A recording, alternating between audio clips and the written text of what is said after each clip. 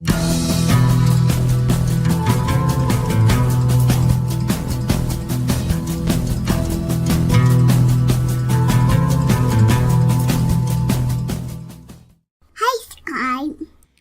afternoon, everyone, and welcome to another edition of D.E.I. Deathwatch, the show in which we chronicle the downfall and the doubling down of diversity, equity, and inclusion.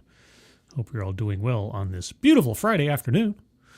And who's joining me on this beautiful Friday afternoon? Keeverdam, good afternoon. Advocatus Diaboli, good afternoon. Mike Savage, blarg. Advocatus Diaboli, I already said hello, but I did it again because I clicked you twice. I was aiming for Cephtus Wolf. Hello.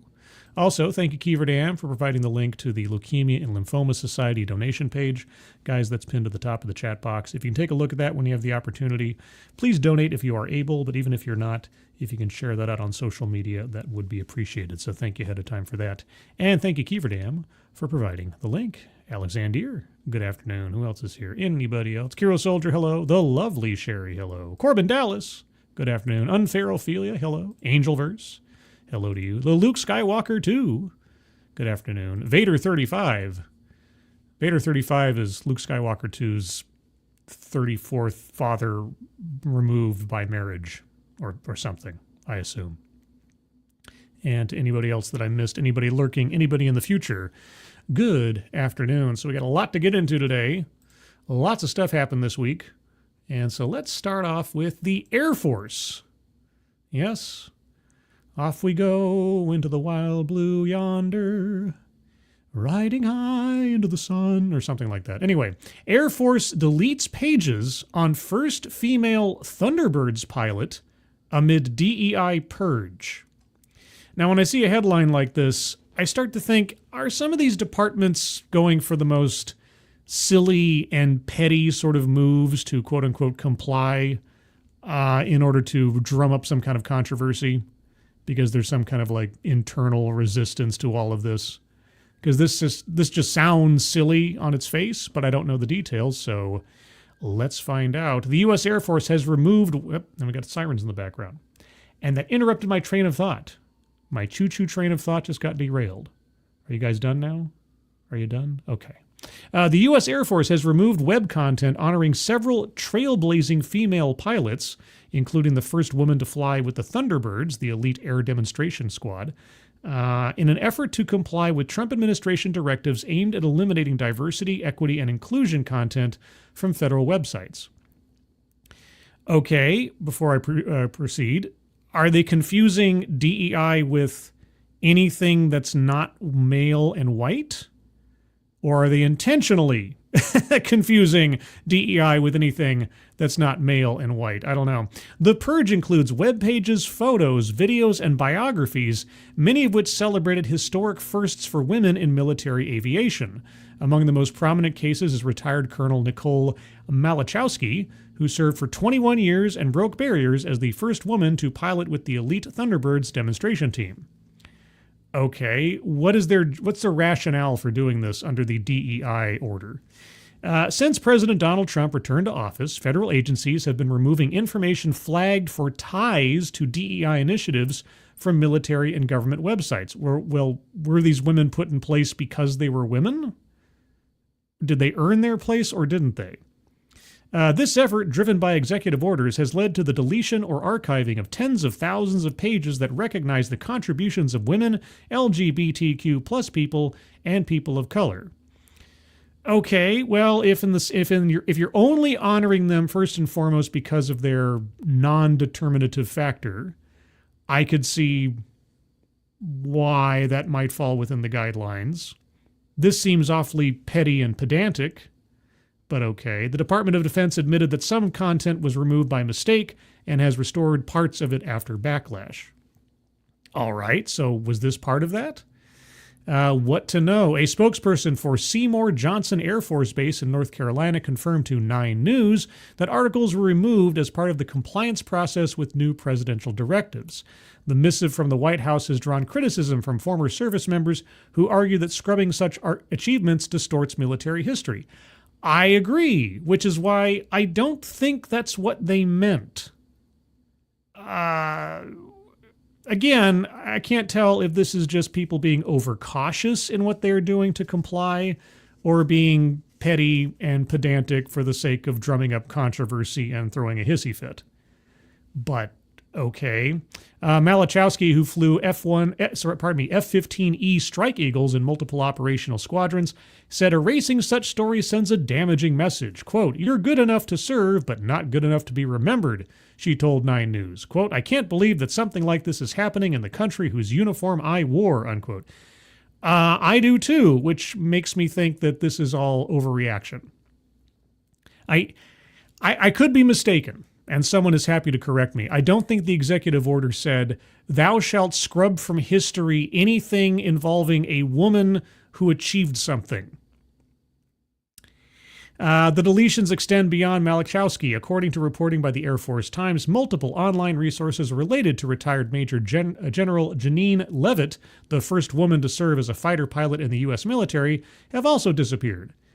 Okay, there's a difference between someone just by happenstance being the first of a particular demographic to do a thing, and then there's them arriving in that position because of the demographic they belong to. There is a very specific and important distinction here. Okay. Okay. Unless there's something you're not telling us, this all seems very overreactionary. Let's see. Leavitt, who flew more than 3,000 hours, including in combat, had held leadership roles such as Air Force Chief of Safety and Commander of the Air Force Recruiting Services, had her biographies, commentary pieces, and a retirement tribute taken down. Why? A video titled "Diversity is a Competitive Advantage," originally posted by Airman Magazine in 2019, has also been made private. Okay, well that, depending on what the content is, I could probably understand that. Other historic female units have also been impacted. Pages dedicated to the Women Air Force Service Pilots, or WASPs, of World War II, who ferried aircraft domestically during wartime to free up male pilots for overseas combat, have been removed, as well as associated museum exhibits and educational materials. Why? Okay. Again, is this just overzealousness or somebody effectively doing a quiet protest by being literal or something? Even materials recognizing minority military contributions, such as those about the Navajo Code Talkers and Private First Class Ira Hayes, a Pima tribal member who helped raise the U.S. flag at Iwo Jima, have been scrubbed in recent weeks, the Air Force Times report. Okay, this is...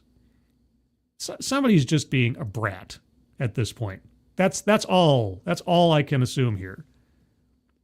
Someone is just saying, "Oh, well, Donald Trump wants us to be all white supremacist. Okay, well, we'll take out all the women. We'll take out all the minorities. We're just doing what Donald Trump said. I was just following orders.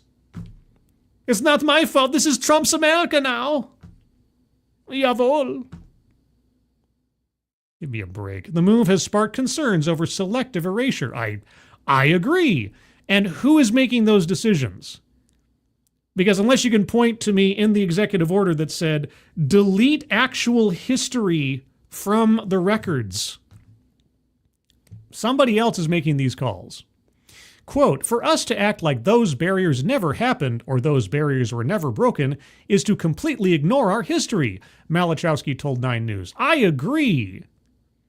It's almost like somebody's manufacturing a controversy just to stick it to Donald or something. Quote, "We need our military to reflect the America that it represents," unquote.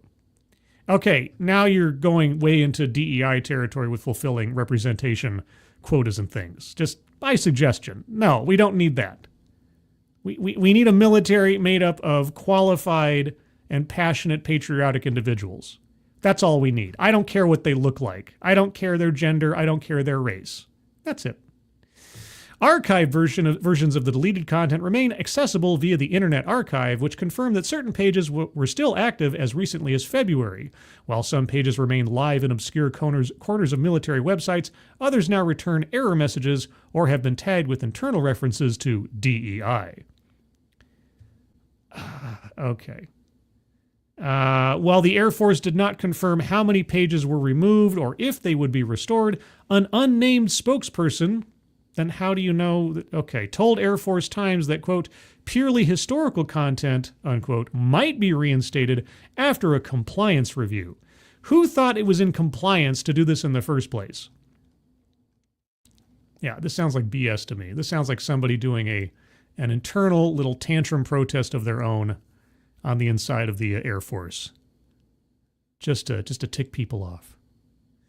Advocates Diaboli, it is clearly malicious compliance. That is a great phrase. Is that an established phrase? It's almost like a malicious tranquility or something. Angelverse, all that sounds quite important from a historical perspective. Yeah.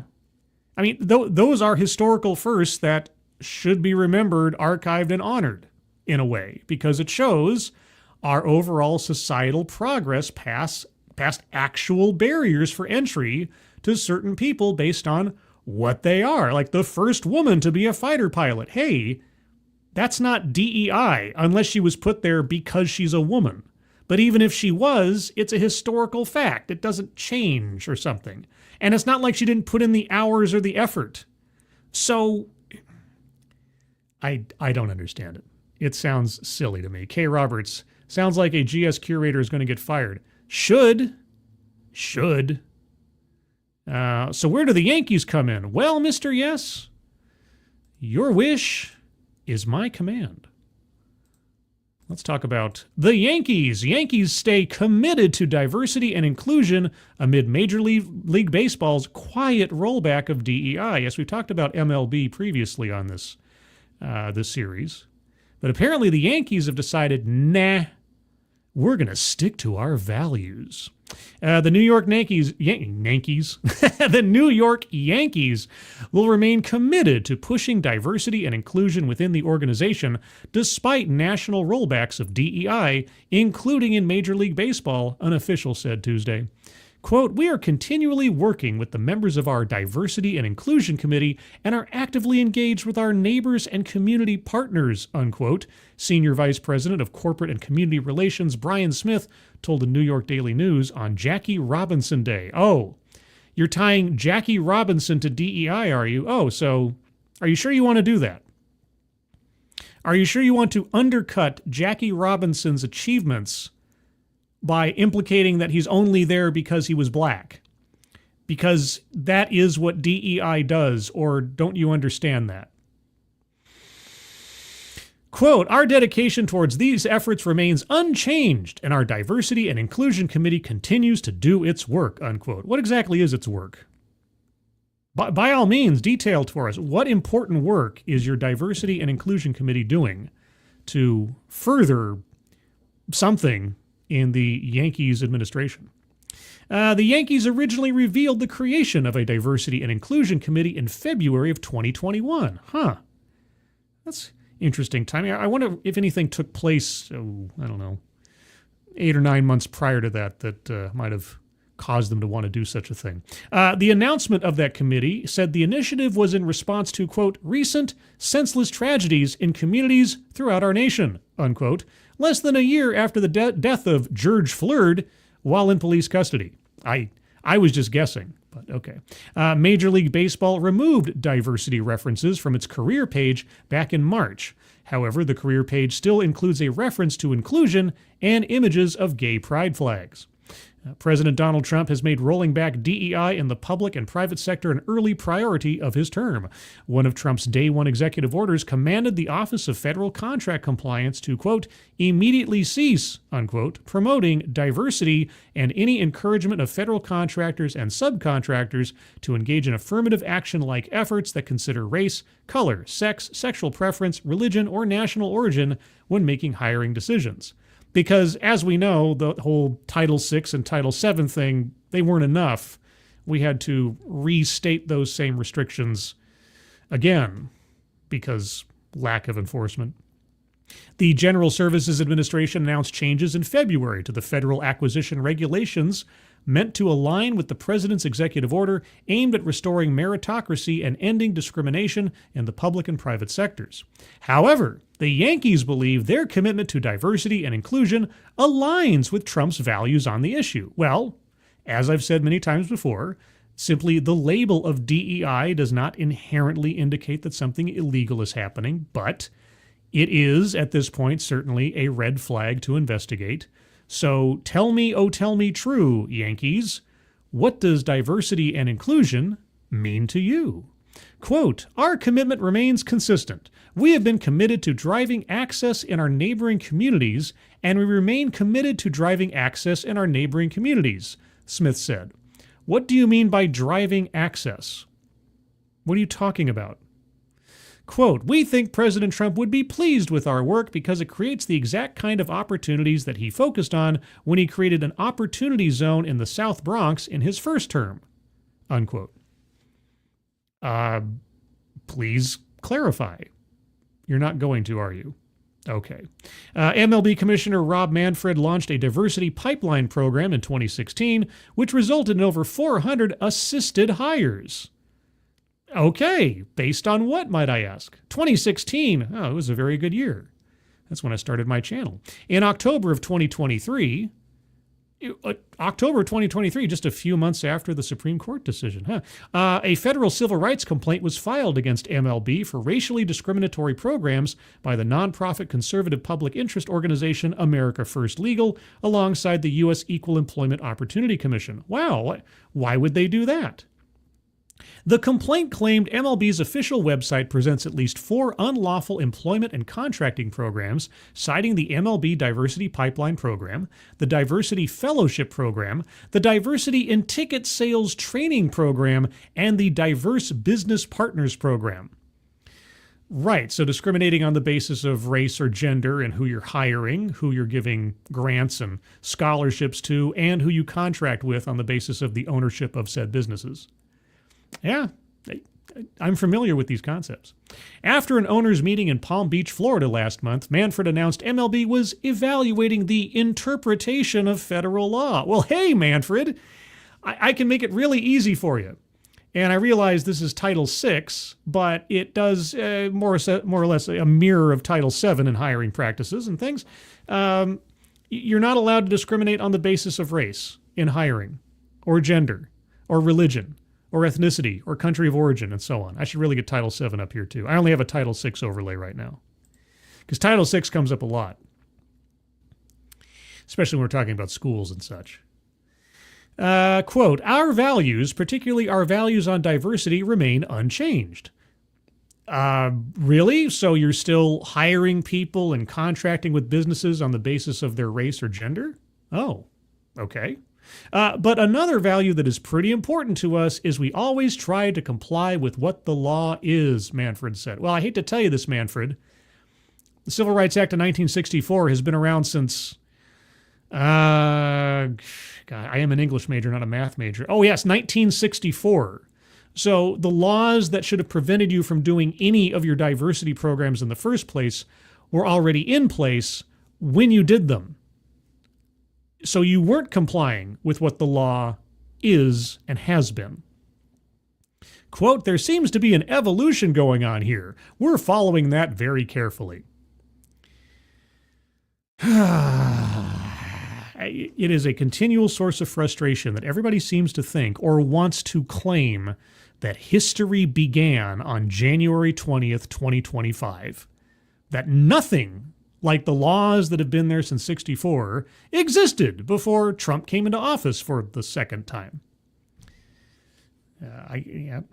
Okay, sure. Quote, obviously, when things get a little more settled, we'll examine each of our programs and make sure that while the values remain the same, that we're also consistent with what the law requires, unquote. Absolute balderdash. And he's not the first corporate drone to say something similar, as we've seen in this series over the last several months. All these guys are pretending that the law that has been the law for the better part of 50 some odd years now just isn't the law. It wasn't the law before. No. This is also, suddenly this is Trump reinterpreting the law. They didn't care about complying with the law. All they cared about was what could they get away with and still virtue signal. And this is, again, the fault of the EEOC and the Department of Justice for the last 9, 10 plus years, not enforcing Title VII and Title VI as they should have.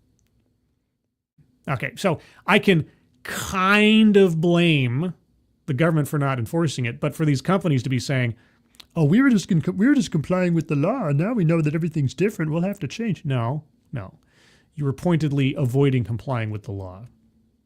But then, of course, there wasn't any consequence for not doing so, but I still hold you responsible for it. It's like, well, a law I don't comply with, well, it's as long as I get away with it, it must be okay, right? It's like, I don't know, entering the country illegally and not being detected by law enforcement for 10 years, and then people saying, "Oh, he has no criminal record." But anyway, let's move on to something more technological.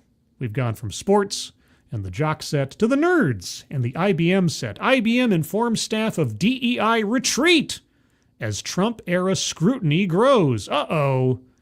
IBM, as we know, IBM has always been a completely virtuous and pristine company with no moral questions whatsoever in its history. At all. It's pure as the undriven snow, oh IBM. International Business Machines Corporation spent months revising its diversity initiatives as conservative attacks and souring attitudes towards DEI shifted into a full-blown assault from President Donald Trump. IBM stopped tying executive compensation to aspirational workforce diversity goals last year. Oh, you mean bounties on minority hires? That's what they should be called. They are executive bounties on minority hires. Executive compensation to aspirational workforce diversity goals. Yeah, bounties on quota fulfillment. Anyway, they stopped tying those things to hires last year and in recent months changed the focus of its supplier diversity program away from contractors' race and gender to all small businesses and veteran-led companies, according to Jonathan Adashek, IBM's Senior Vice President of Marketing and Communications. Veteran-led companies, well, those guys are always the last on the list for ERGs, but at least veterans, as a status in society, it's a marker of something you have done and not something that you simply are. So kudos, I guess. Employees were told of the changes earlier this week in a memo that cited, quote, inherent tensions in practicing inclusion, unquote. You mean like inherent legal risks? Legal considerations and shifting attitudes to DEI. The first one is all you need. But anyway, were among the factors for the company. IBM Chief Executive Officer Arvind Krishna discussed the changes in his monthly video update to employees on Thursday. I should find that video. IBM joins a slew of major U.S. businesses from Amazon.com Incorporated to Walmart Incorporated in a retreat from diversity, equity, and inclusion efforts, while activists had been attacking such programs for a while. I don't know that I'd call myself an activist per se. I mean, I guess I have taken action before, partially, but that's a whole other thing. Trump accelerated the campaign with a series of executive orders mandating the federal government and its suppliers dismantle what he calls, quote-unquote, illegal DEI practices. IBM is a federal contractor. Oh, well then, that means that Title VI applies to IBM. They accept federal money, therefore they cannot discriminate on the basis of race in any of their programs or activities. Do you think their executive compensation program was a program? I think it was. Anti-DEI activist Robbie Starbuck said he first contacted the company in February to question its policies. IBM confirmed it discussed its changes with Starbuck. He posted about it on social media on Thursday. The Armonk, New York-based company, I didn't know that Armonk was the name of a town, but now I know. And you know what that means. Knowing is a constant source of disappointment. Yes. Moving on. The Armonk New York-based company also disbanded a diversity council that represents the views of employee groups as part of its reevaluation. Because as we know, if you fall within a particular demographic, racial, gender, religious, or elsewise, anything you say is exactly what everybody in that same demographic thinks. as you know. Quote, IBM's talent strategy is driven by the principle of having the best people with the skills to serve our clients, unquote, the company said in a statement. Well, great. So what suppliers were you working with and on what basis? What exactly needed to be fulfilled for the corporate executives to receive their compensation for aspirational diversity targets? What was the first consideration in all these things? Was it skills? Was it the best people or the people with the appropriate skin color or genitals? I'm just asking. Quote, it's the policy of this organization to hire the people who have the personality, talent, and background necessary to fill a given job, regardless of race, color, or creed, except for all that stuff we've been doing for the last 9 years.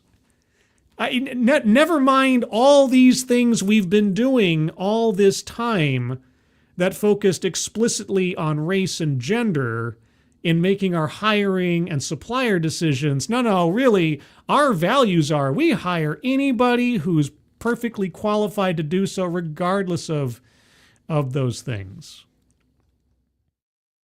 Such BS, you know? And again, I'm going to say it. It still ticks me off. We need consequences. We're seeing some of it happen in the schools and the colleges right now. Those are sort of the lowest hanging fruit because of the overturning of affirmative action and the fact that so many of these colleges and universities accept federal funding.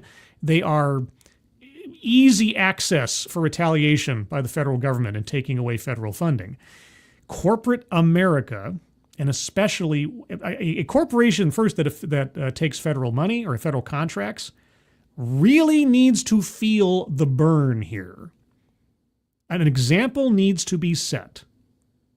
So an IBM or an Amazon or a Meta, any of these companies that has federal contracts have already signed away their ability to complain if they had any programs or activities going on that violated Title VI as a first, let alone Title VII on the other end.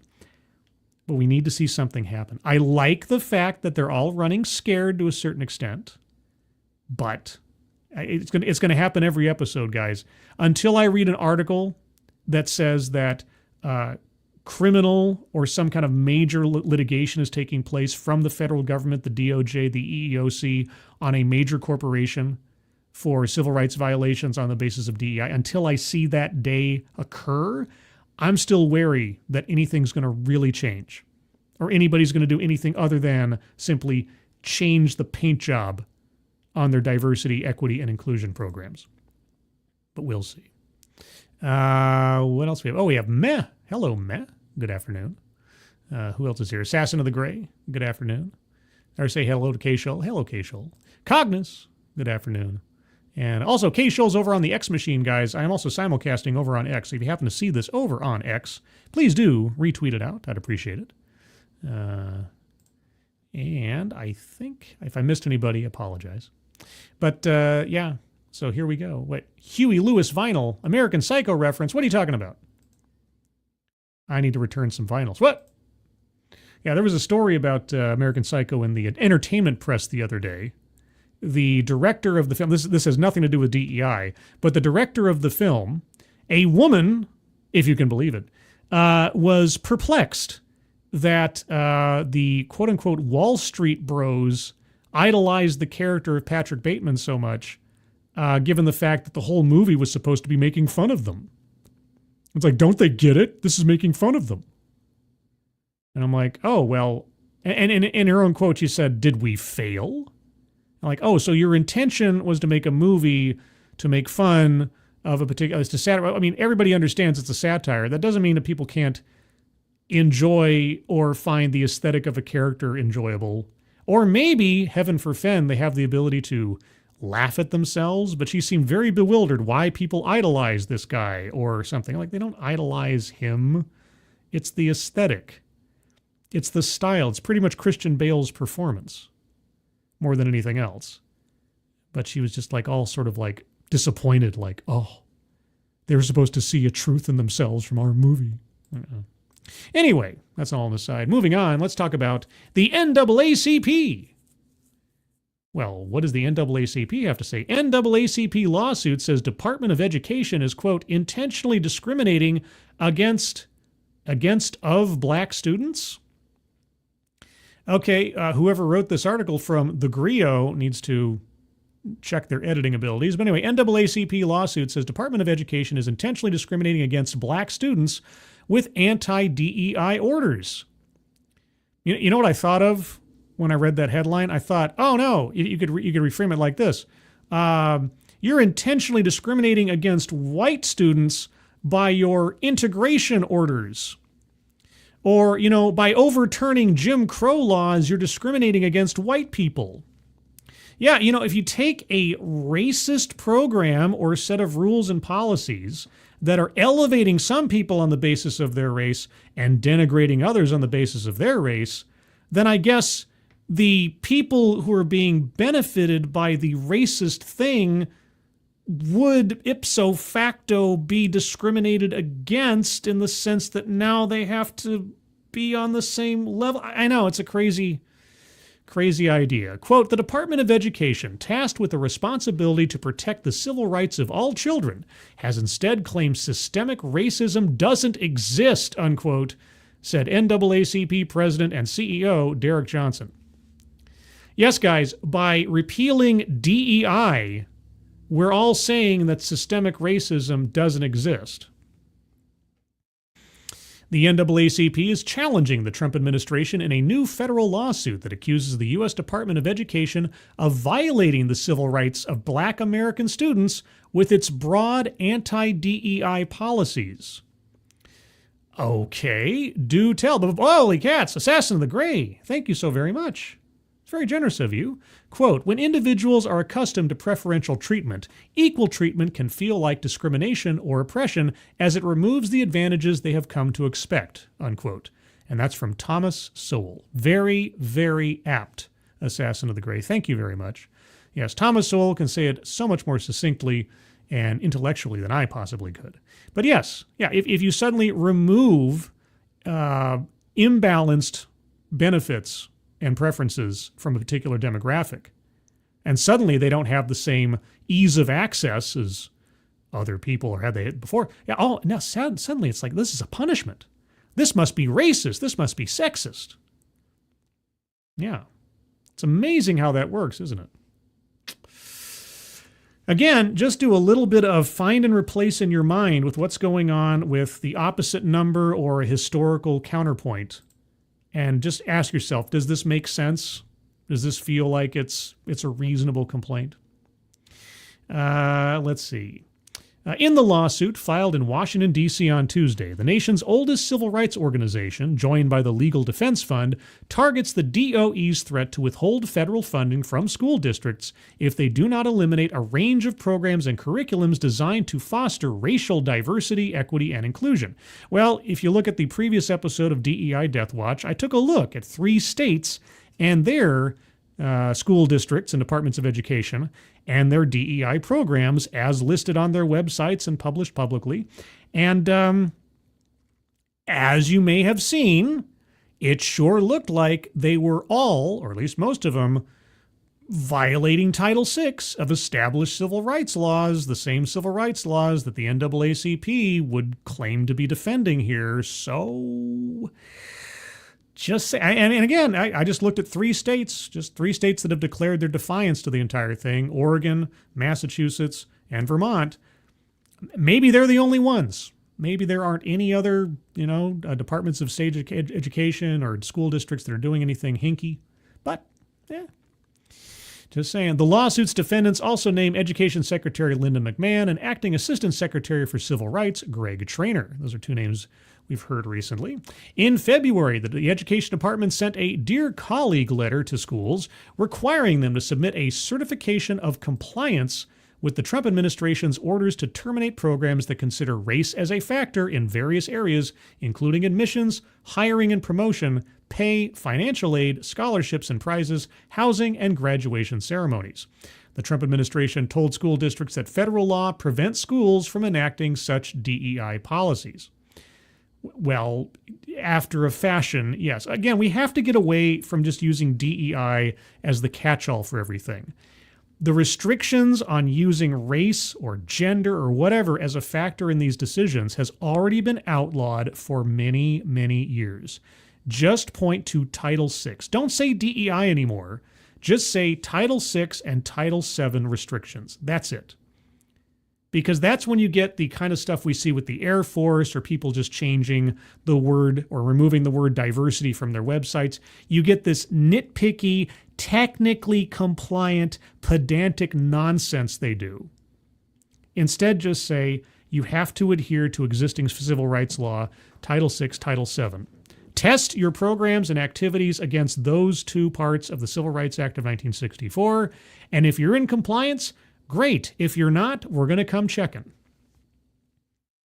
Anyway, however, the NAACP in its lawsuit argues that the Trump administration is basing its anti-DEI agenda on, quote, misrepresentations, unquote, of civil rights laws, including Title VI of the Civil Rights Act of 1964 and the Equal Protection Clause of the 14th Amendment to the U.S. Constitution. Quote, the Department of Education's recent Dear Colleague letter and other communications are not only deeply misleading, they are a gross distortion of reality that attempts to erase the lived experiences of millions of black and brown children in this country, unquote, said Derek Johnson, president and CEO of the NAACP. The NAACP alleges the Trump administration is, quote, intentionally discriminating, unquote, against black students through its, quote, efforts to defund federal grantees, based on erroneous facts and interpretations of law, unquote. Well, isn't that up to each individual entity that is under threat of such things to file a lawsuit or appeal such decisions? Okay. Quote, the Department of Education, tasked with the responsibility to protect the civil rights of all children, has instead claimed systemic racism doesn't exist. I hate to tell you this, Derek. DEI, in so many ways that it has been implemented over the years, is systemic racism.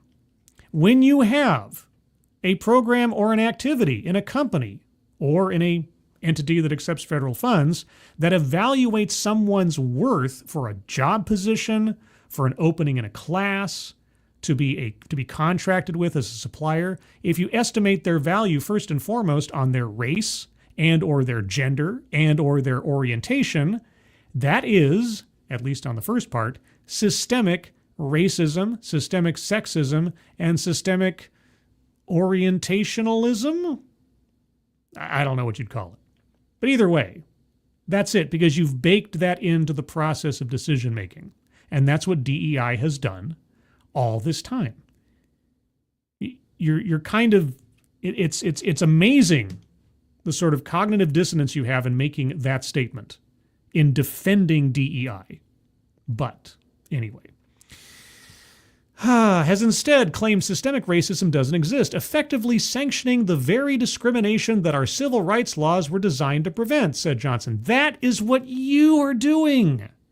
You're giving a pass to rampant, illegal discrimination. The NAACP is defending a program that makes someone's skin color a value factor in decision-making, Derek. Maybe that's your goal, but if that's your goal, you're kind of contrasting with what you're saying. But anyway, quote, meanwhile, children of color consistently attend segregated, chronically underfunded schools where they receive less educational opportunities and more discipline, unquote. Segregated, you say. Shall we go back to every single educator or advocate thereof that has told me that, oh, children of color benefit better when they have a teacher of color? You want to take that on there, Derek? The civil rights leader added, I don't even know if that's a title he deserves at this point. But anyway, quote, denying these truths doesn't make them disappear. It deepens the harm. We are asking the court to act swiftly to our request and will continue to advocate for students of color to be treated fairly and equitably, unquote. Fairly and equitably. So you want fairness? So you want to take away mechanisms that would value a student first and foremost on their race versus another student's race, correct? Where there's some kind of, I don't know, egalitarian ideal going on rather than taking pity on people because of what they look like. You're not arguing for equality here or equitability. You're arguing for discrimination. The NAACP is asking the federal district court to urge the education department to stop proceeding with its enforcement actions, some of which have already resulted in schools losing funding. Yes, because most of those schools, if not all of them, have been in violation of Title VI this entire time. Other schools have already complied by canceling their DEI-related programs. Good. Michelle, if I'm saying that correctly, I don't know if I am, but I'm trying. Michelle N. Turnage Young, okay, senior counsel and co-manager of the Equal Protection Initiative at the Legal Defense Fund, said the actions of the Education Department's Office of Civil Rights are, quote, in direct conflict with its mission, unquote, saying the agency has, quote, baselessly characterized vital efforts to advance racial equality, unquote, as racially discriminatory, which they are, and is, quote, weaponizing the anti-discrimination laws against the very communities they are meant to protect, unquote. I'll save myself the effort to do it any better. I refer you back to the Thomas Sowell quote that Assassin of the Grace so kindly provided. Okay, this is what happens when you actually start to work to go back to evening the playing field and doing away with one's race as a value factor. Yeah, it does feel like you're losing out on something, doesn't it? It does feel like you might be targeted, except this is what the road to actual equality looks like, where your race is irrelevant. And of course, if race actually became irrelevant, knock wood, fingers crossed, then I guess the NAACP would kind of be irrelevant as well, wouldn't it? I know.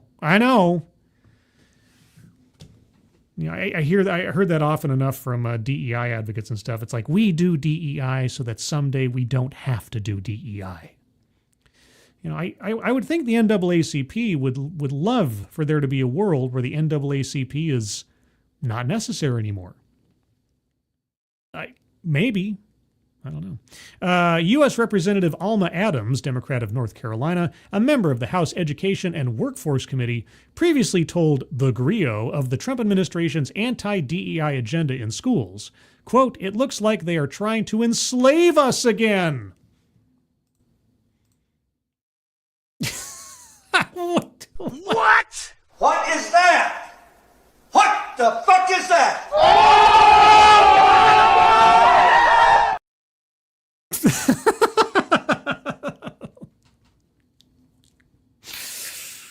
Okay. Let me do that one more time for those in the cheap seats. U.S. Representative Alma Adams, Democrat of North Carolina, a member of the House Education and Workforce Committee, previously told the Griot of the Trump administration's anti-DEI agenda in schools, quote, it looks like they are trying to enslave us again. Diversity, equity, and inclusion are not bad words, and they're not bad things, she explained. Quote, I don't know what all of that is about, other than the fact that it appears that this administration has some real racist views, unquote.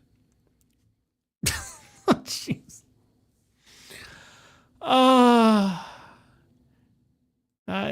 These guys have absolutely no idea what they're talking about. They've either been, brainwashed into thinking this, or they just don't care. I don't know. Yeah, all that DEI stuff. Boy, you're just turning back the clock on civil rights laws by getting rid of DEI stuff. DEI enhances civil rights laws. It's not out of compliance with civil rights laws. I mean, never mind the quotas, never mind the executive compensation based on racial bounties or anything. No. It's totally cool, guys. It boggles the mind. Anyway, talk about a conspiracy theory. I know, right? If you get rid of DEI, guys, we are back to slavery days. Did you know that? Did you know? Well, now I know. And as I've said before, knowing is a constant source of disappointment. Moving on, I got 2 items left. Oh boy, what do we got left? We've covered IBM, we've covered the Yankees, we've covered the NAACP, we've covered the Air Force. Let's go to the Labor Department. Uh-oh. U.S. judge says Labor Department can't ban DEI by contractors for now. Oh, do tell. A federal judge, we're hearing that a lot lately. Federal judges seem to be controlling this country. Was that what was intended? I don't know. A federal judge has extended an earlier ruling barring the U.S. Department of Labor from requiring contractors and grant recipients to cease diversity, equity, and inclusion programs at the direction of President Donald Trump. Okay. U.S. District Judge Matthew Kennelly in Chicago on Monday agreed with Chicago Women in Trades, CWIT, Quit. How am I supposed to pronounce that? The Quit organization, a nonprofit that provides job training to women, that requiring contractors to certify that they do not operate DEI programs likely violates their free speech rights under the U.S. Constitution. Okay. Again, this is why we need to move away. If I could advise the Trump administration and whoever's running the DEI stuff on one thing, stop using the phrase DEI in your enforcement declarations. Stop it.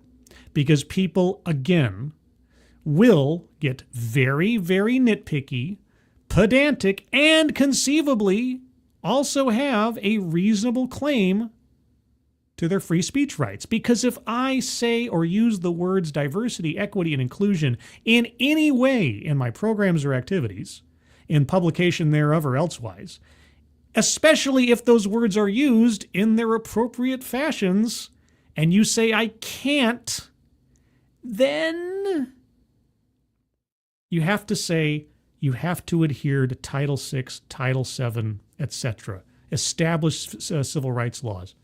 You have to. These guys are using any excuse they can to muddy the waters, but you guys aren't helping by focusing on those 3 words and that particular label.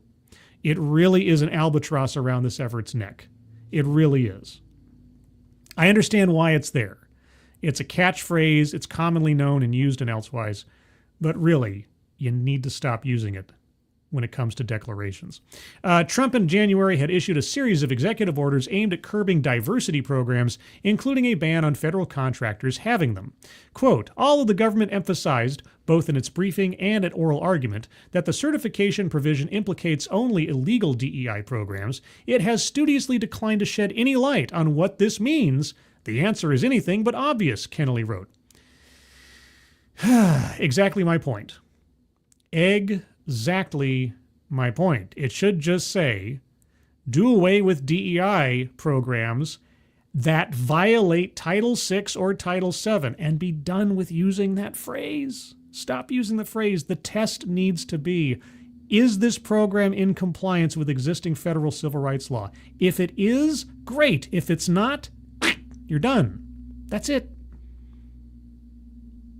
And of course, this judge has to be very specific about things because, as we say, the devil's in the details. So, in a way, I can't really blame him for it. He also barred the Labor Department from cutting off any grants to Quit on the basis of a separate January order by Trump directing federal agencies to terminate, quote, equity-related grants, unquote. The judge, however, declined to extend that ruling nationwide, as it had been requested by the group. Yes, we need some more clarity. And it's not that tough. It already exists. The laws already exist. Kennelly had already issued a temporary restraining order on March 27th, but Monday's ruling will be in place pending the outcome of Quit's lawsuit, which could take months or longer to resolve. Here's my question.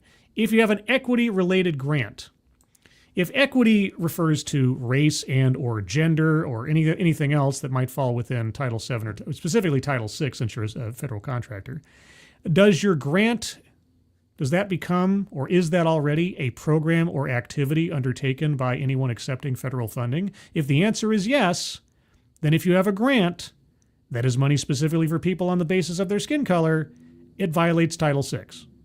It's right there. It's right there in the text. I can bring it up again for everybody's edification.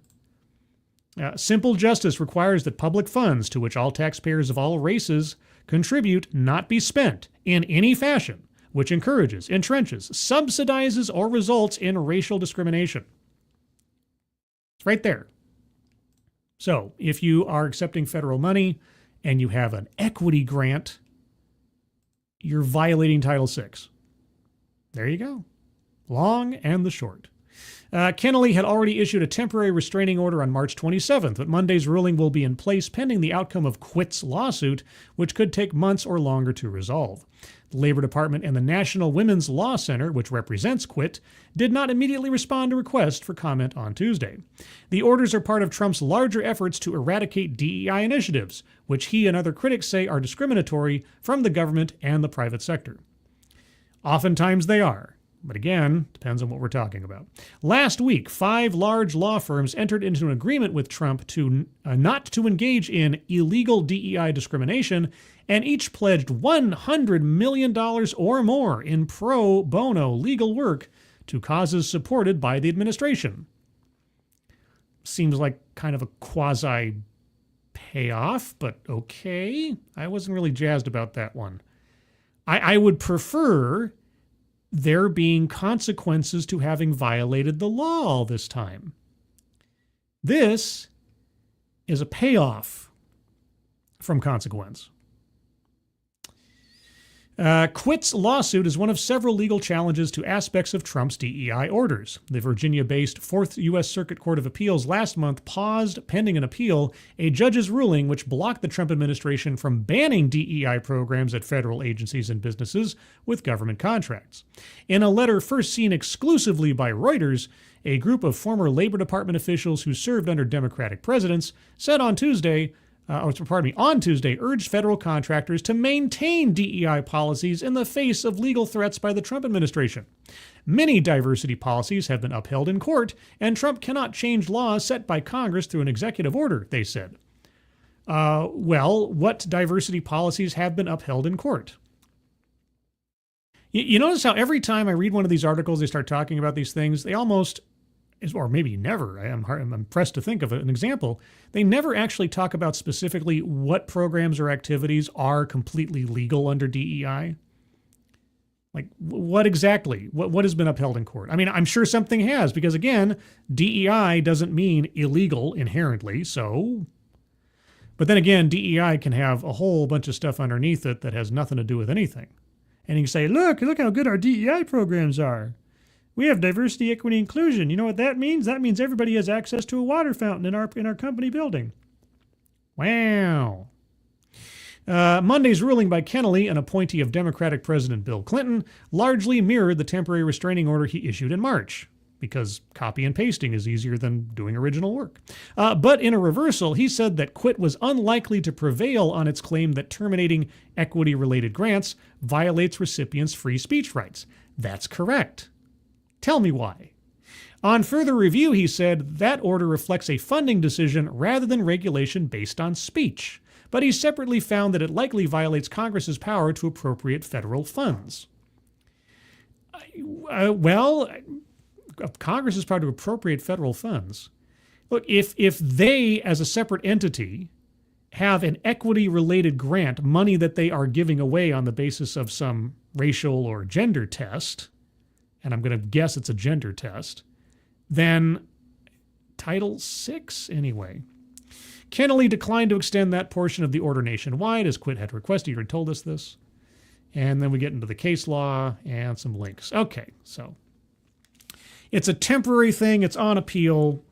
Another federal judge throwing a wrench into everything because, But it also, I guess, it underscores the problem with the DEI orders from Trump. They're too specific. They lean too much onto the phrase DEI. And they seemingly expect everyone to just say, oh, DEI, well, we know exactly what that means. Well, those of us with discerning brains know what we're talking about. But when it comes down to brass tacks, yeah, if you say you have to get rid of anything that promotes diversity, equity, or inclusion, Well, if I have a biodiversity class in my college, do I have to get rid of that too? I mean, it's vague enough that, I don't know, am I in or out of compliance with that? Yeah.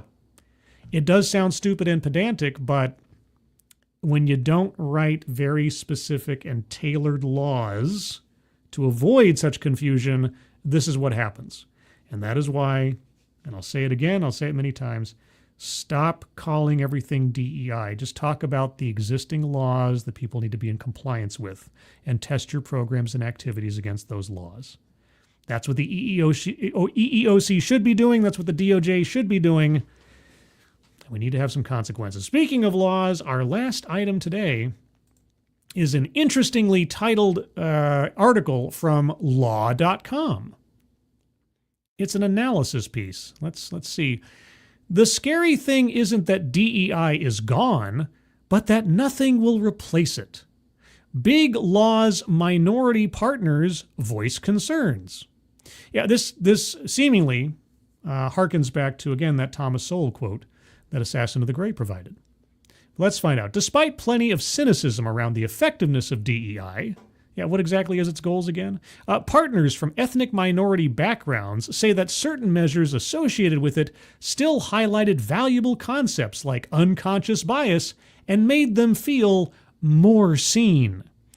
Well, again, when you elevate someone on the basis of their aesthetic, you're correct. You will be more seen because of something that has nothing to do with your merit. But anyway, it was 2020 when the murder of George Floyd became a cultural touchstone, spilling over from social discourse into corporate life. Why? Why? I still ask to this day, what does the death of a man in police custody, whatever the circumstances, have to say or do with hiring practices in corporate America? Why? Anyway, law firms were among the millions that declared their stance against social and particularly racial injustice. Many believe this represented progress after years of silence and, worse, racial inequality within their own walls. Yeah, years of silence where we were achingly working towards a society where race was irrelevant, but I guess we just can't have nice things. Through carefully manicured statements, law firm leaders spoke out on the long-standing suffering of black people, for which, they plaintively conceded, they had to do more than simply, quote, say we believe in something, unquote. We have to take actions that make it a reality, unquote, Clifford Chance's leaders said in a joint statement in 2020. I don't know what Clifford Chance is. I assume it's a law firm. 5 years later, and the backlash against what was at the time billed as momentous social change is in full force. Donald Trump's clampdown on diversity, equity, and inclusion has precipitated the rapid, perhaps even aggressive, withdrawal of diversity measures across the corporate world, including big law. Big law. That sounds like a Western procedural from the 60s or something. You know, Big Law is brought to you by Marlboro Cigarettes. Several of the world's largest firms, including Kirkland & Ellis and Latham & Watkins and Hogan Lovells, have abolished their DEI programs and eradicated DEI language, while White & Case went a step further by discontinuing its DEI measures in its entirety, removing all targets, policies, content, and more. Well, of all the institutions that should have some idea of the legal implications of continuing with discriminatory practices in your hiring or other proceedings, you'd think law firms would be the first ones to do so. Oh, but I haven't checked in on O'Melveny and Myers in a while. I should do that as a special. The retreat has provoked strong reactions, particularly on social media, where associates and in-house lawyers have chosen to fill the silence left by big law partners. But what do those directly affected think? You mean those no longer being given special consideration and preferences on the basis of things they didn't actually earn? I don't know. What do they have to think? Among big law partners from ethnic minority backgrounds, the response has been more nuanced. A range of global 50 law firm partners and associates who spoke with law.com on condition of anonymity. All right. Explain how early DEI efforts were often, in the first place, met with a mix of optimism and doubt. For them, the DEI takedown has caused as much exasperation as outrage, with one lawyer at a U.S. firm in London suggesting that, quote, the scary thing that makes you feel uneasy isn't the fact that DEI is being stripped away, but that once it's gone, nothing will replace it, unquote. I got something that'll replace it. Meritocracy. I got something that'll replace it. What was supposed to replace this kind of thinking back in the 60s, right? Evaluate people on who they are, not what they are. I know, it's a crazy idea. The way Big Law chose to roll out DEI was sometimes, particularly in the early days, lauded but then disparaged. In the days following George Floyd's death, law firms joined the trend of posting black squares to social media. Oh, man, the world changed on that day, I tell you what. Not without criticism, firm leaders issued statements expressing their sympathy for black causes, but had failed to address racial inequities within their own firms. Do you mean disparities, or do you mean inequities? Do you mean actual, demonstrable, provable injustices on the basis of race in law firms? Or are you talking about demographic split that you decide to equate with an injustice? I don't know why I'm asking that question. I just have a feeling. In the months that followed, a Law.com investigation exposed the superficiality of certain law firm marketing, uncovering how black and Asian lawyers were routinely used for promotional materials and on client pitches that they had nothing to do with many feeling that they were used as window dressing only to be swiftly sidelined. Oh, God, I'm shocked. I'm shocked, I tell you. Obviously, that's not what DEI is. No. Just so everybody's clear. No. DEI is not about tokenism, guys. Now, let me tell you about how we've improved our demographic split in our law firm population. Oh, and also, let me tell you about our equity grants and fellowships. Quote, on the one hand, you had minority lawyers who were like, okay, more diversity stuff, but so what? Because you knew it didn't really translate into the day-to-day reality of legal work, unquote, said an ethnic minority partner at a big law firm. Quote, then you have white colleagues who are like, this is getting boring because it started to sound like nails on chalkboard, unquote. Oh, only the white people had a problem with it? Oh, okay. Another partner at a large U.S. law firm in London, boy, you're going to London a lot, felt that their firm's DEI efforts were, quote, well-intentioned, but that initiatives, like at many big law firms, I can't help but say big law, like I'm introducing a television show. But that initiatives, like at many big law firms, were led not by partners, but by press and business development teams, quote, which tells you everything you need to know, unquote. Oh, that it was all performative, at the same time also enacting oftentimes demonstrably illegal discrimination. Yeah, I know. Quote, diversity is a tool for marketing and BD. I don't know what BD is. Billing decisions? Business decisions? Okay. If it was on principle, then A, it would be led by the partnership, and B, it wouldn't have been so easy to wipe away. It would have been embedded in your culture, which takes a generation to change. It was paint gloss, unquote. So you're upset that it didn't become more systemic. Is that it? Another partner at a U.S.-led firm made a similar comment. Quote, I want to clear something up. DEI was always awkward, they said.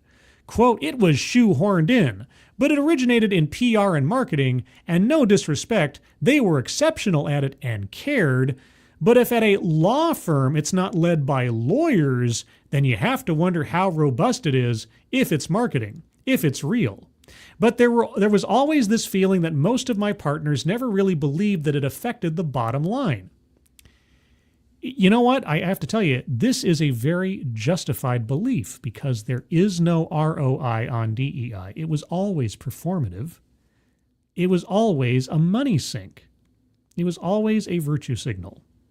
At the same time, it also instilled practices and policies that were demonstrably discriminatory. But moving on, most wouldn't come into work and think, how are we going to be diverse today?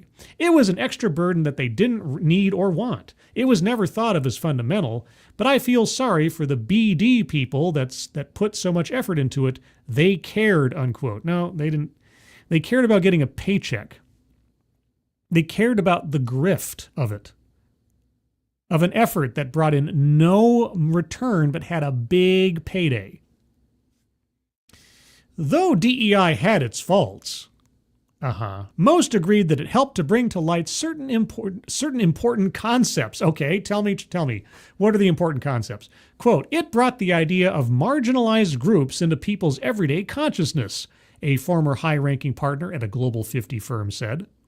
Quote, not everyone liked it. The way it was delivered pissed people off. But things like unconscious bias and othering and giving some appreciation to how another person of a different background, people of color, might feel and think in their everyday work, these were given the time of day, and when once upon a time it was nothing or not even in firm leaders' contemplation. Yeah, can we return to the days where considering someone's race didn't happen anymore? Can we go back to those times? It's always this half and half kind of thing. I was like, oh, it was well-intentioned, it just wasn't done right. If only it would have been done correctly, everything would be fine. Okay. Quote, but the cultural moment that predicated DEI efforts demanded a speedy and forceful response of the corporate world. No, it didn't. The racial reckoning was a marketing campaign by DEI advocates and true believers for a payday. And you know that that's true because once all of those big promises of huge paydays and investment in DEI and diversity and anti-racism fell by the wayside, you saw all those guys, all those advocates, all those consultants complaining and whining about how, they weren't following through on their promises. Where's my payday? It didn't demand anything. But the masters of the universe that held the purse strings with their ESG programs, the BlackRocks, the Vanguards, and so on, that was the only demand made. And people fell in line because they wanted that money. So inevitably it was clumsy and cringe, the partner said. It was always clumsy and cringe because you were going back against established cultural changes that had taken place over the last 50 years. You had undone what had taken decades to do. That's why it felt clumsy and cringe, because people, even when they were trying their best to be positive on it, could still, in their inner selves, their instinctual brains are going like, this doesn't make sense. Which I guess in a way is a good sign that, we'd moved far enough away from that way of thinking that even coming back to it in a packaged as ideal notion became awkward. But here we are. Quote, everyone has unconscious biases, but people generally, lawyers and non-lawyers, don't like being told every day that they are blind, that they don't know something, that they're biased or racist.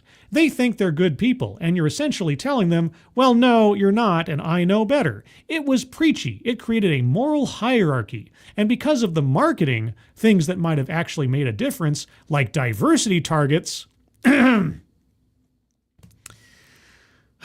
you mean quotas? They became loathed, and the whole argument about people being chosen for reasons other than their abilities became the center of the debate. It's why woke became a dirty word, unquote. Woke was always a dirty word because it assumed the very things you say here that people got pissed off over. That there are oppressors and people being oppressed, and you can tell who they are on the basis of their skin color. And even if someone says, I'm not racist, that just means that they're more racist than they think they are. And you know so because of their skin color and where they fall on the progressive stack, or the moral hierarchy, as you say it. You try, whoever this person is, they see the problem. They acknowledge the problem. And yet they still want to cling to the idea that there's something beneficial or virtuous to it. It just wasn't done the correct way, guys. Communism hasn't been done correctly yet. DEI just needs some tweaks, and everything will be fine. How many TEDx talks or panel discussions have I done over the years where people say, oh, here's how we need to fix DEI, and yet their first answer isn't get rid of it? And yet it was concepts like unconscious bias that help partners from minority backgrounds feel more visible, said two more partners, both at big law firms. Yes, well, when you play identity politics and you try to imbue your skin color with value or as part of who you are, and you have a program at the place where you work that celebrates you on the basis of what you look like, yeah, I'm sure you did feel more visible. But cue the Thomas Sowell quote again. One of them said, quote, I'm fearful, not for me, I'm good. I'm surrounded by an excellent team, but one that's grown up on ideas that might be dismissed as woke. So there's a real culture of support, equality, and togetherness. But what about black and brown people who are about to enter a DEI-less profession? I fear for them. I do. At least DEI said, welcome. It made it a thing. It brought a kind of visibility to people and diverse voices. And anyone who says, but before DEI it was all meritocracy, I'd like to hear their theories on why all white partnerships were so prevalent. Well, population demographics.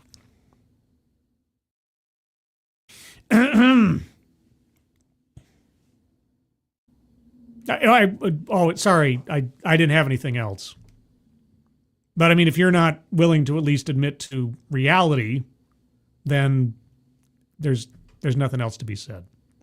One associate at one of the largest firms in the world, which you won't name for some reason, said it's not so much the removal of DEI that creates fear, but that its, quote, ascendancy was a positive thing, whatever you thought about it. Its ascendancy was a... What? You gotta be fucking kidding. Right? Quote, so the backlash tells people that the things that DEI set out to promote, which were based on truths, no longer need to be considered, or worse, are even false. That's scary, unquote. Good gravy. We have a true blue believer right there. One big law partner echoed those concerns and said that, quote, you're left fearing less for yourself than the generation coming up, unquote. An associate at a major U.S. firm in London, boy, you're really spending a lot of time in London, quote, I'd think those measures that reminded people that they have an unconscious bias against me, those have been erased, and now I'm a brown or black guy that probably doesn't fit the bill. But now thinking those things is like, now you're making yourself a victim, or get over it, or yawn. It's difficult, unquote. Yeah, I know. This is the problem with affirmative action programs. This is the problem with DEI programs, yeah. You put a value on something that intrinsically has no value. And then when you take it away, it's like, oh no, now I'm being underappreciated for that completely artificial appreciation I was getting before on things that say nothing about what I can do or who I am, but simply what I look like. But now I'm undervalued. Assassin of the Gray, your Thomas Sowell quote, runs through all of this, doesn't it? Runs through all of this. This is the major complaint now. Oh, don't go away, DEI. People will suffer. They won't have the unfair advantages they had before. Oh, they won't be taken pity on like they were before. Oh. I feel like I want to say, where's my Q-45 space modulator? Anyway. But yeah. Ken Lee, real jobs are slavery. Well, according to the Yankees, I think it is. Or was it, or the NAACP, sorry. Was it the Yankees or the NAACP? My story is already starting to munge together. I don't know what else to say about it. Let's see. Communism has lofty goals. It's true. It's true. Unconscious is like or conscious bias is like original sin. They exist to give someone else the authority to pass judgments on you and to convince you that they deserve it. Yeah. Everyone has unconscious biases, so that means obviously everybody's racist. So if I tell you need to stop being racist, I'm not calling you a racist. I'm just saying you need to acknowledge your inborn racism because everybody has biases. We're all tainted. You can't deny that you're tainted. And now let me tell you about it while I take this paycheck for my consulting services. I'll be back next week to make you feel bad again. Oh boy. Yep. So that is the digest of DEI news for this Friday. I'll be back on Monday with some more DEI Deathwatch news. A couple of things before we go here. First and foremost, do you know I have a Discord server? I have a Discord server.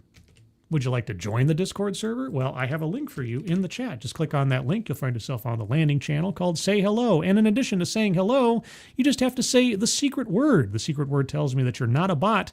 Actually watch the stream and have thus earned the right, the privilege, the entitlement to join the Discord server. And today's secret word is, just say Title 6. There we go. Sure. There's a common word. Just say hello, Title 6. And you will have the right to join the Discord server. Beyond that, you can find me here Sunday at 8 a.m. Pacific, 11 a.m. Eastern for the Sunday stream, where I'll go over other news stories over the course of the week that I found interesting. By the way, if you missed last night's TED Excellence on how to restore trust in democracy, well, you missed it, and you should go watch it, because it was entertaining in its own way. Did we restore democracy by watching it? Well, I certainly put on all of the accoutrement in my overlay and my avatar. That was entertaining. And then, Juliet, are you doing your Sunday show? I am. And the mum, hello. Outside of that, if you guys could leave a like on the way out, I'd appreciate that. Also, if you like this kind of thing, please do share it or retweet it. Follow me on the X machine. You can see it there on the screen at scribe_light. And beyond that, everyone, I want to thank you all for joining me today. Moderators, thank you for keeping an eye on things, even though everyone here is so well behaved. You have very, very little to do. Everybody who donated, either to myself or to the Leukemia and Lymphoma Society donation link at the top of the chat box, thank you guys so very much for your generosity. Very much appreciated. Everyone, hope you have a good rest of your Friday. I hope the weekend ahead of you is a fun one and a relaxing one. I hope you're all safe and well. If you're not well, please get well soon, and I'll see you on the next one. Take care. Bye-bye.